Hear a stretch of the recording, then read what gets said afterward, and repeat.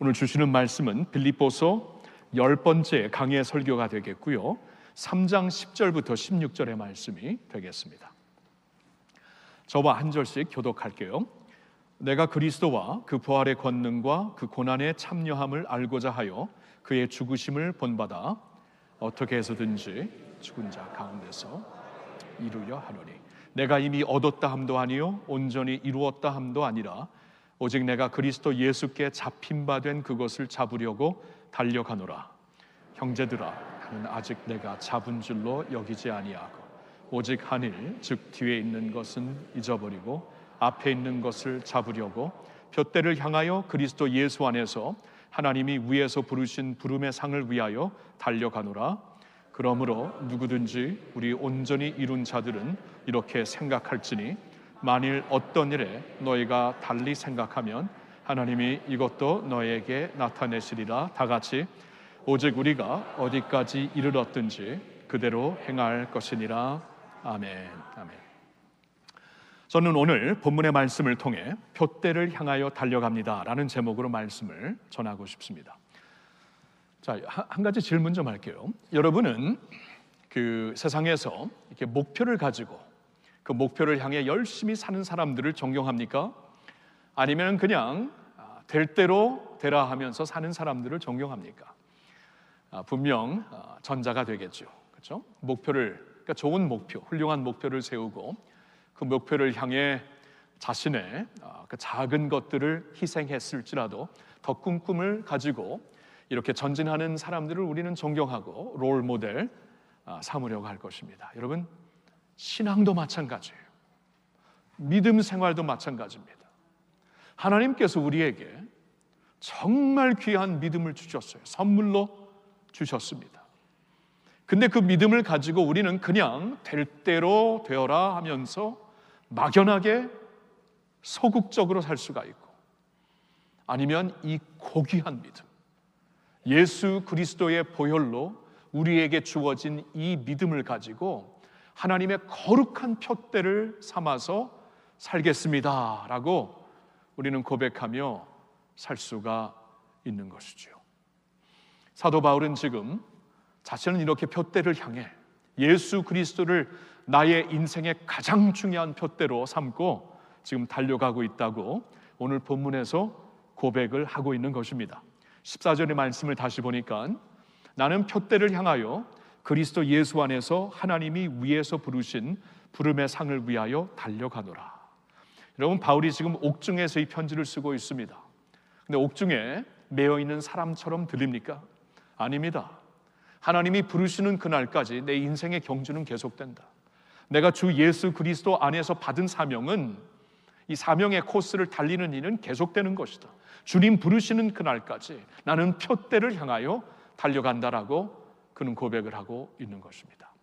여러분이 이 말씀을 문맥에서 잠시 좀 생각해 보기를 원하는데요, 바로 앞부분에 우리는 이 부분을 지난주에 우리가 묵상을 해보았는데요, 바로 앞부분에서 사도 바울은 지금까지 자신이 귀하게 여겼던 일, 자신이 진짜로 중요하게 여겼고, 그리고 인생의 모든 힘을 다하여서 성취했던 모든 것들을 이제 과감하게 내려놓았다라고 그는 고백을 하고 있죠.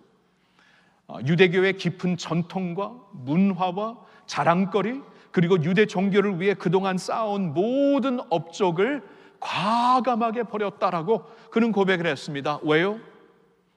하나님의 가장 고상한 지식이 되시는 예수 그리스도를 아는 데 방해가 되기 때문에, 예수 그리스도가 나의 푯대가 된 이상 그분을 알고 그분을 믿고 그분 안에서 살아가는 것이 나의 인생의 가장 중요한 푯대가 된 이상, 이것에 방해가 되는 모든 요소들을 나는 과감하게 접는다, 내려놓는다라는 그러한 고백을 빌립보 교인들에게 했었지요. 그래서 그는 이제 우리가 오늘 본 10절의 말씀을 보니까, 내가 그리스도를 알고 그 부활의 권능을 알고 그 고난에 참여함을 알고자 하여 그의 죽으심을 본받는 자리까지 가겠다. 그러니까 내가 예수님을 어느 정도로 푯대로 삼았냐면, 그분을 알기를 원하는데 그냥 막연하게 지식적으로만 아는 것이 아니라 경험적으로, 인격적으로 온전히 알기 위해 예수님의 부활의 권능도 알고 예수님의 고난에 참여함을 통하여서도 예수님의 모든 모습들을, 예수님에 대한 모든 그 요소를 알기를 원합니다라고 지금 고백을 하고 있는 것이죠. 그리고 11절에 보니까 어떻게 해서든지 죽은 자 가운데서 부활에 이르려 하노니. 여러분, 우리 믿는 자들은 마지막 코스가 이제 부활이죠. 예수님이 부활 승천하신 것처럼, 그리고 첫 열매가 되신 것처럼 우리 믿는 자들은 죽음으로 끝나는 것이 아니라 우리는 다시 언젠가 부활하게 돼요. 예수님을 믿고 죽은 후엔 우리의 영혼이 천국에 가지만 주님이 다시 오시는 날 우리가 묻혀진 화장된 몸이 거룩한 몸으로 다시 부활돼요. 예수님처럼 부활되어 우리의 영과 만나서 주님과 영원히 함께 거하게 될 것이다, 주님을 섬기게 될 것이다 라고 성경은 분명히 말씀을 하고 있습니다. 그러니까 그 마지막 코스까지 나는 끝까지 달려가서 예수님을 아는 것과 믿는 것과 예수님 안에서 사는 것에 나의 모든 것을 걸고 표대를 삼아 살겠습니다라고 지금 고백을 하고 있는 것이죠. 여러분 아시겠죠? 절대로 그는 주님께서 자신에게 허락하신 이 새 인생을 그대로 낭비하지 않겠다고 말을 하고 있습니다. 지금 이만큼 주님을 위해 살았다면 이제는 좀 편안하게, 좀 take it easy 한다는 영어가 있죠. 그냥 이제는 좀 평온하게 남은 인생을 살 수도 있지 않겠습니까? 예수님을 전하고 복음 사역을 하다가 지금 옥중에 교도소까지 들어가게 되었는데 사도 바울은 아니에요. 내가 지금 아직도 살아있는 한, 나에게 이 생명이 주어진 이상 하나님이 나를 통해 오늘도 일하실 것이고 그 주님께서 하시는 일을 감당하면서 예수님을 표대 삼아 달리는 일을, 예수를 알고 믿고 그 안에서 사는 일을 나의 인생의 목적으로 삼겠습니다. 이런 고백을 하고 있는 것입니다. 여러분, 이 말씀이 오늘 말씀이고요, 성경에서 하나님이 우리에게 허락하신 말씀이라는 것은 이 말씀을 우리에게 주시는 말씀으로 받으라는 것입니다. 저는 제가 이끄는 새소명반을 시작하면서 첫 번째 레슨이, 첫 번째 챕터리 거룩한 불만족이라고 저는 이제 이렇게 그 타이틀을, 제목을 지어서 첫 번째 교훈을 인도하고 있습니다. 전에 10년 전에 했던 거와는 조금 교재를 다르게 했는데요, 거룩한 불만족, 내 인생의 거룩한 불만족을 가지고 주님을 향해 살자라는 그러한 교훈을 첫 번째 레슨으로 전하고 있고요. 그리고 이 첫 번째 레슨을 전하면서 항상 우리 새소명반 우리 훈련생들에게 보여주는 그림이 있습니다. 한번 보여주시죠. 이 그림은 두 가지 배인데, 여러분 왼쪽에 보이는 그림은 뗏목이죠. 그리고 오른쪽은 돛담배입니다. 뗏목과 돛담배 둘 다 물에 가라앉지 않고 바다 위에서 이제 항해할 수 있도록 필요한 도구들이죠. 둘 다 배입니다. 그러나 돛담배는 물이 흐르는 대로 흐를 수밖에 없습니다. 지을 수 있는 어떠한 그 도구가 없다면 물이 흐르는 대로 갈 수밖에 없어요. 가라앉지 않게는 할 수 있지만 물이 흐르는 대로 갈 수밖에 없는 뗏목이고, 그러나 오른쪽은 돛담배입니다. 돛을 펴가지고 바람을 타고 목적지를 향해 갈 수 있는 배가 돛담배입니다. 여러분의 인생은 뗏목 인생입니까? 돛담배 인생입니까? 되는 대로 살아가는 인생입니까? 아니면 거룩한 목표를 삼아가지고 그 목적지를 향해 달려가고 있는 돛담배 인생입니까? 어떠한 신앙이에요?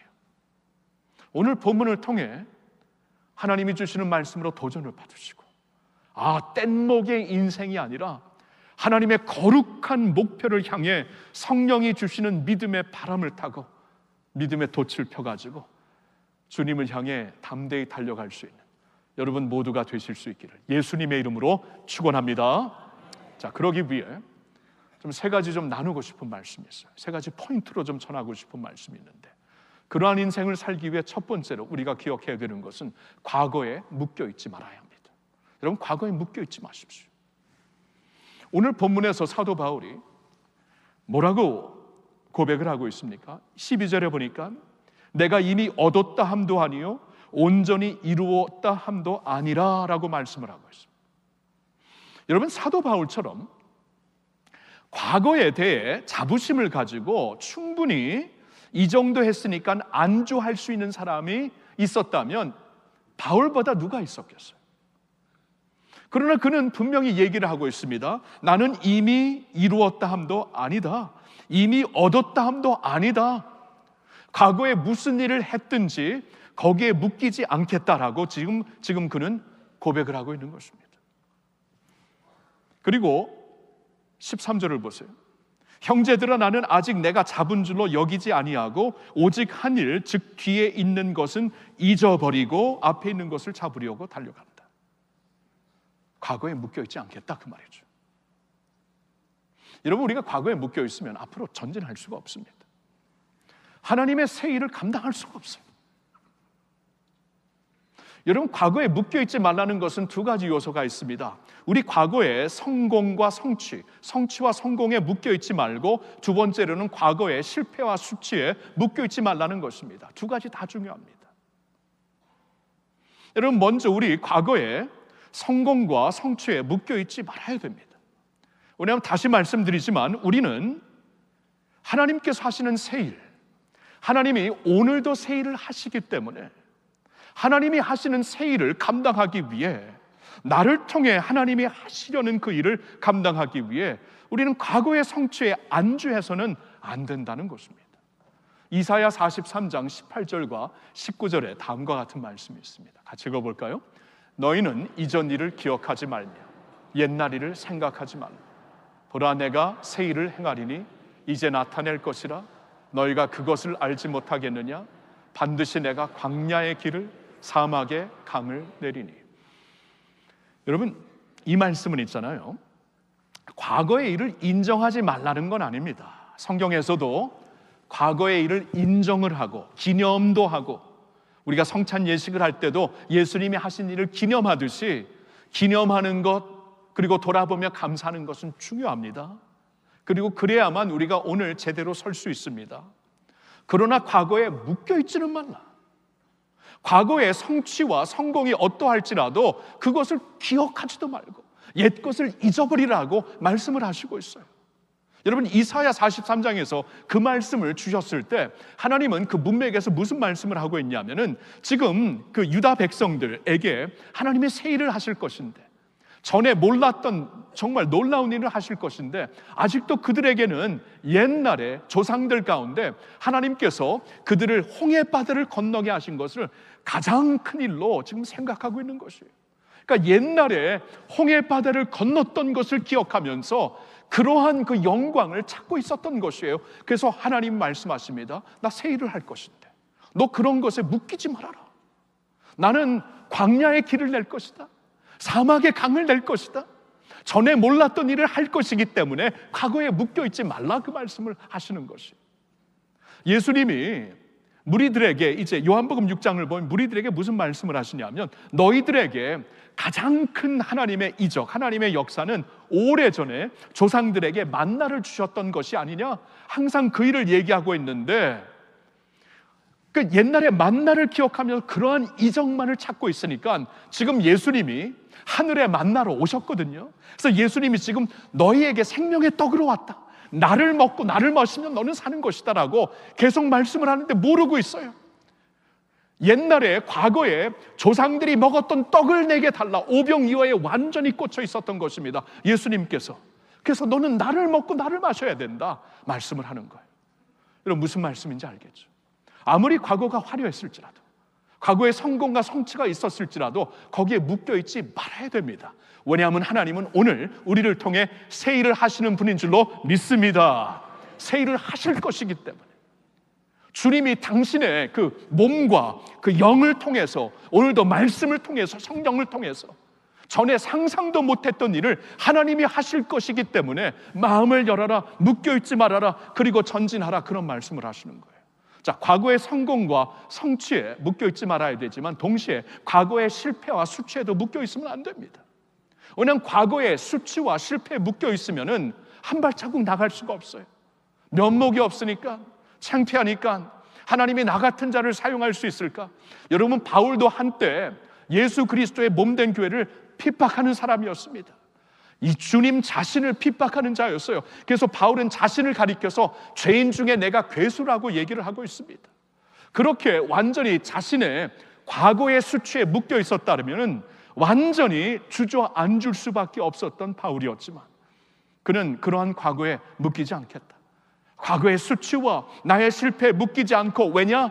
그리스도 예수 안에 있는 자에게는 새 피조물이 반드시 될 것이기 때문에 그것을 믿고 그는 이제 전진하겠다, 그런 말을 하고 있는 것이에요. 고린도후서 5장 17절을 우리 한번 같이 읽겠습니다.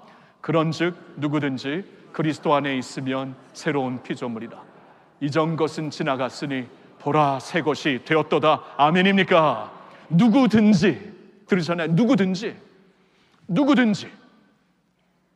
그리스도 예수 안에 있으면, 이게 키죠. 누구든지 그리스도 예수 안에 있으면 새로운 피조물이라.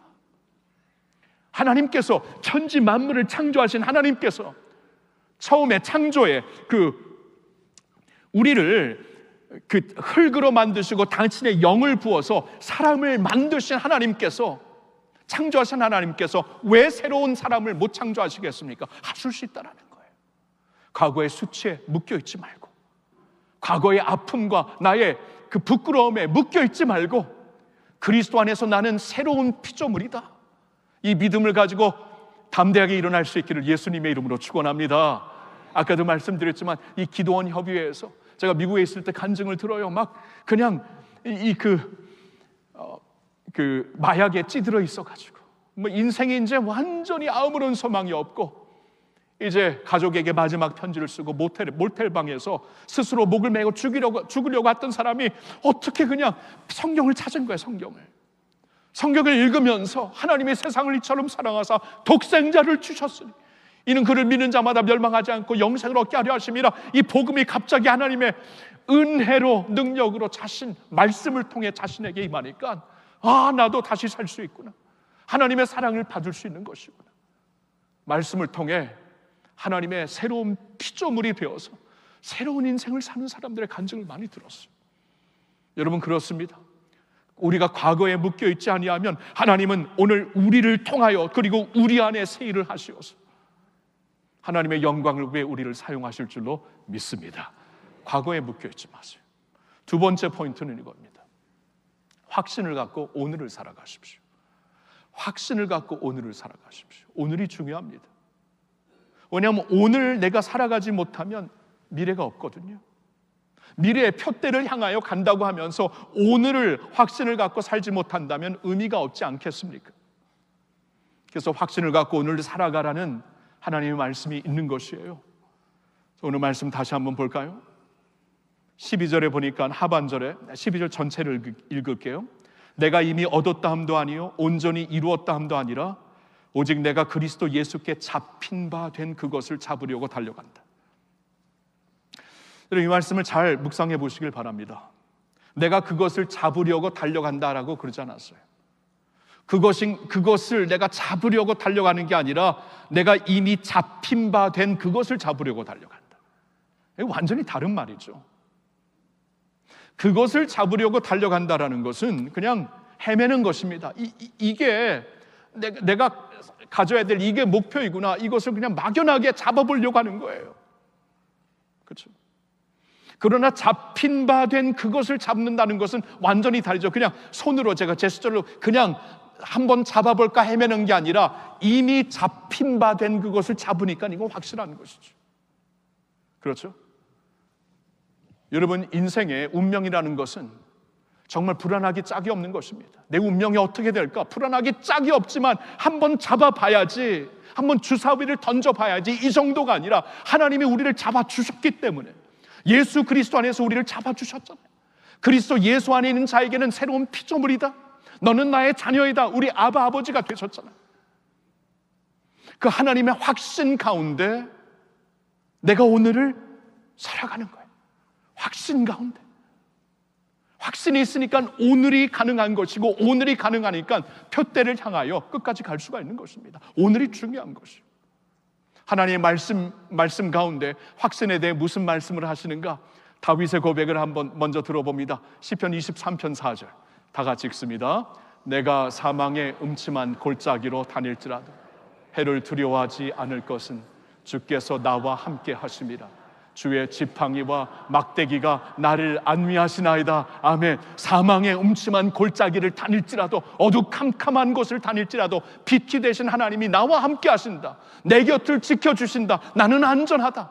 그거죠. 사망의 음침한 골짜기도 하나님과 걸으니까 안전하고, 황금길을 걸더라도 하나님이 안 계시면 불안한 것이에요.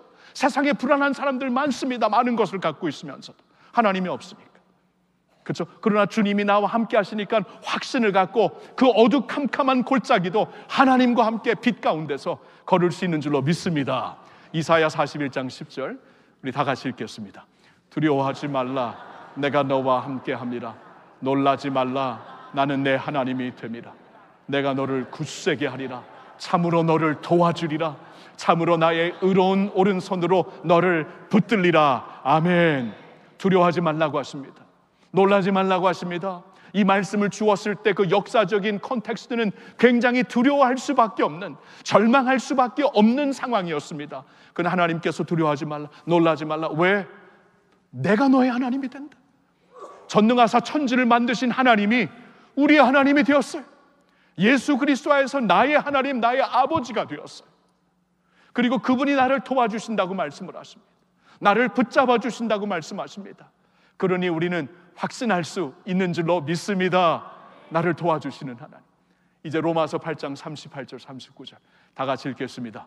내가 확신하노니 사망이나 생명이나 천사들이나 권세자들이나 현재일이나 장래일이나 능력이나 높음이나 깊음이나 다른 어떤 피조물이라도 우리를 우리 주 그리스도 예수 안에 있는 하나님의 사랑에서 끊을 수 없으리라. 아멘. 사랑, 그 사랑에서 끊을 수 없다. 여러분, 이 세상에 무슨 권세도, 아니 영의 세계에 무슨 권세도, 이 세상에 어떤 환경일지라도, 어떤 지경일지라도 우리를 그리스도 예수 안에 있는 하나님의 사랑에서 끊을 수가 없다라는 것이, 그 사랑 안에 있으면 우리는 담대할 수 있습니다. 그렇죠? 확신을 갖고 살 수가 있습니다. 여러분, 이 아이를 보니까 제가 다시 이 부모로서 애 셋을 길렀지만 이제 할아버지가 돼서 보니까 다시 보네요. 이 아이가 이 걸음마를 하기 시작할 때 있잖아요. 어린 아이들도 이 본능적으로 두려움을 느껴요. 본능적으로 두려워하고 이 뭐가 안전하고 뭐가 안전하지 않다 느끼기 때문에 처음에는 그냥 주저앉아요. 걸어보라고 그냥 펑 주저앉는데 앞에서 엄마, 아빠가 괜찮아, 잡아줄게. 하미와 하비가 넓은 이와 큰 입으로 괜찮아, 내가 잡아줄게 하면 사랑, 그 사랑이 두려움을 극복합니다. 사랑이 두려움을 쫓아냅니다. 한 발자국, 두 발자국, 세 발자국 가면서 안기고 나중에는 걸을 수가 있는 것이, 사랑하는 성도 여러분, 우리를 사랑하시는 하나님 안에 우리가 있는 줄로 믿습니다. 우리가 예수를 믿으면은 그리스도 예수 안에 있는 하나님의 사랑이 있어요. 여러분, 그 사랑에 있는 이상 우리 안전해요. 분명히 안전합니다. 그래서 오늘을 걸을 수가 있는 것이, 오늘을 확신 가운데 걸을 수가 있는 것이, 사망의 음침한 골짜기일지라도 확신하며 걸을 수가 있는 것이고, 그렇죠? 역사적으로 모든 것을 다 잃은 나라가 됐을지라도 역사를 주관하시는 하나님 안에서 그분이 나를 도와주시고 지켜주실 것을 믿으면서 걸을 수가 있는 것이, 그렇게 주님께로 달려나갈 수 있기를 예수님의 이름으로 축복합니다. 세 번째 포인트 한 가지 더 말씀드릴게요. 하늘의 상급을 바라보며 전진하십시오. 자, 하늘의 상급을 바라보며 전진하십시오. 자, 오늘 말씀을 다시 볼게요. 14절의 말씀을 보면 표대를 향하여 그리스도 예수 안에서 하나님이 부르신 부름의 상을 위하여 달려간다. 상급을 위하여 달려간다. 여러분, 바울이 어떻게 이렇게까지 지금 표대를 향하여서 이러한 상황 가운데서도 끝까지 갈 수 있었는가? 상급을 보았어요. 상급. 여러분 아시나요? 우리 믿음에 우리가 절대로 잊어서는 안 되는 요소 중에 하나가, 믿음이 무엇인가? 하나님이 상 주시는 이심을 믿는 것이에요. 히브리서 11장 6절을 같이 한번 보겠습니다. 다 같이 읽을게요. 믿음이 없이는 하나님을 기쁘시게 하지 못하나니 하나님께 나아가는 자는 반드시 그가 계신 것과 또한 그가 자기를 찾는 자들에게 상 주시는 이심을 믿어야 할지니라. 아멘. 믿음이 무엇이에요? 하나님을 기쁘시게 하는 믿음이 무엇입니까? 두 가지를 말씀해 주고 있어요. 하나님이 반드시 계신 것과, 그 상황, 그 환경 가운데서도, 여러분의 그 컨디션, 그 지경 가운데서도 하나님께서 반드시 함께, 하나님은 하나님이시다. 반드시 하나님이 계신 것과, 또한, 이게 중요하죠, 또한 자기를 찾는 자들에게 상 주시는 이심을 믿어야 할지니라. 하나님의 상급을 바라고 상 주시는 것을 믿고 사는 것은 하나님이 우리에게 주신 믿음의 중요한 요소입니다. 아니, 빼놓을 수가 없는 요소입니다. 여러분, 이 말씀을 믿음장이로 불려주고 있는 히브리서 11장에 주셨다라는 것이 굉장한 의미가 있는 게 아니겠어요? 여러분, 히브리서 11장에 언급되고 있는 믿음의 선진들을 생각해 보십시오. 에녹을 한번 생각해 보세요. 믿음으로 하나님과 300년 동안 이렇게 동행했던 에녹을 한번 생각해 보세요. 여러분, 에녹은 그렇게 여러분 그 우여곡절이 얼마나 많습니까? 살다 보면은 정말 예상하지 못했던 많은 일들, 절망과 슬럼프가 얼마나 많습니까? 그런데도 300년 동안 끊임없이 하나님과 동행했다. 이게 과연 어떻게 가능한 것일까요? 에녹은 하나님을 자신의 상급으로 보았어요. 하나님을 기뻐했다고 성경이 말씀하고 있습니다. 하나님을 자신의 상급으로 보면서 하나님 자신이 You are my gift, 그렇죠? You are my prize. 하나님 자신을 상급으로 여기면서 하나님을 기뻐했기 때문에 이 세상의 어떠한 환경, 세상의 모든 우여곡절을 극복하면서 하나님을 상급으로 바라보며 살 수가 있었던 것이에요. 하나님과 동행을 할 수가 있었던 것이에요. 오늘 이 장애인 주일에, 이 주간에 특별히 우리 교회에서 이렇게 세운 그 주제는 동행입니다. 동행. 일평생 우리가 함께 그들과 동행해야 돼요. 사랑부는 졸업이 없습니다. 평생 사랑부에 있기 때문에 우리 교회가 같이 그들과 동행하는 것이고, 더 중요한 것은 주님이 그들과 함께 동행하시는 줄로 믿습니다. 그렇죠? 동행이에요, 동행. 에녹이 하나님과 동행할 수 있었던 이유는 하나님을 자신의 가장 큰 상급으로 여기면서 살았기 때문이죠. 상을 바라보았어요. 여러분, 노아의 경우 한번 생각해 보세요. 노아는 100년 동안 이 방주를 지었습니다. 건조한 땅에, 그것도 산 위에서, 산 꼭대기에서 방주를 짓는다는 게 얼마나 어리석은 일입니까? 인생 낭비가 아니겠습니까? 사람들이 얼마나 많이 조롱을 했을까요? 자식들은 또 얼마나 많은 조롱을 받았을까요? 그런데도 불구하고 노아는 하나님을 경외했다고 말씀을 하고 있습니다. 하나님을 경외하고 방주를 지었던 이유는 언젠가 하나님이 그와 자손들에게 허락하실 구원의 상급을 바라봤기 때문에, 이렇게 해서 하나님이 반드시 우리를 구원하실 것이다, 그것을 상급으로 여겼기 때문에 끝까지 이 길에서 치우치지 않았던 것입니다. 그렇죠? 아브라함을 한번 생각해 보세요. 아브라함은 하나님의 음성을 듣고 자신의 안전지대를 떠납니다. 여러분, 옛날에 안전지대를 떠났다는 것은 이것처럼 어리석은 게 없죠. 자기 인생을 완전히 망치는 길이었는데 그가 담대하게 자신뿐만이 아니라 자녀들, 가족들을 다 데리고 안전지대를 떠납니다. 왜냐하면 하나님께서 약속을 하시는데 너에게 기업을 주리라. 하나님의 기업을 바라보면서, 하나님의 상을 바라보면서 하나님을 끝까지 믿음으로 따랐다라는 것이에요. 모세의 경우 우리가 지난주에도 잠시 보았지만 애굽의 모든 영화, 부귀영화를 버리고 하나님의 백성들과 함께 고난의 길을 선택할 수 있었던 것은 예수 그리스도를 애굽의 모든 영화, 모든 보화보다도 더 큰 상급으로 여겼기 때문이다. 상 주시는 하나님을 바라봤다는 거예요. 여러분 아시겠죠? 이렇게 상 주시는 하나님을 우리가 바라보는 사람들이 된다면, 우리는 영어로 이런 표현이 있어요. Delayed satisfaction. 지연된 만족을 가지고 살 수가 있는 것이죠. 그 상급을 바라보기 때문에 상을 위하여서 오늘날 작은 것들을 희생하면서, 과감하게 희생하면서 더 큰 꿈, 더 큰 그 목적을 향해 갈 수가 있는 것이죠. Delayed satisfaction. 여러분, 월드 클래스 이 그 운동 선수들을 보세요. 이 올림픽에서 메달리스트 보세요. 여러분, 그들 있잖아요. 어렸을 때부터 피눈물 나는 트레이닝 다 받았습니다. 다른 애들이 놀 때 놀지 않았어요. 다른 애들이 뭐 그냥 어리광 피울 때 자신들은 끝까지 이 표대를 향하여서, 상급을 위하여서 트레이닝을 받았어요. 그러니까 월드 클래스가 된 것이죠. Delayed satisfaction. 그때 받을 영광이 더 크다. 그때 누리게 될 상급이 더 귀하다. 그래서 지금 작은 것을 희생하며 더 큰 꿈을 가지고 더 큰 것을 위하여서 살아냈던 것이죠. Delayed satisfaction. 사도 바울이 마지막으로 쓴 서신이 디모데후서였습니다.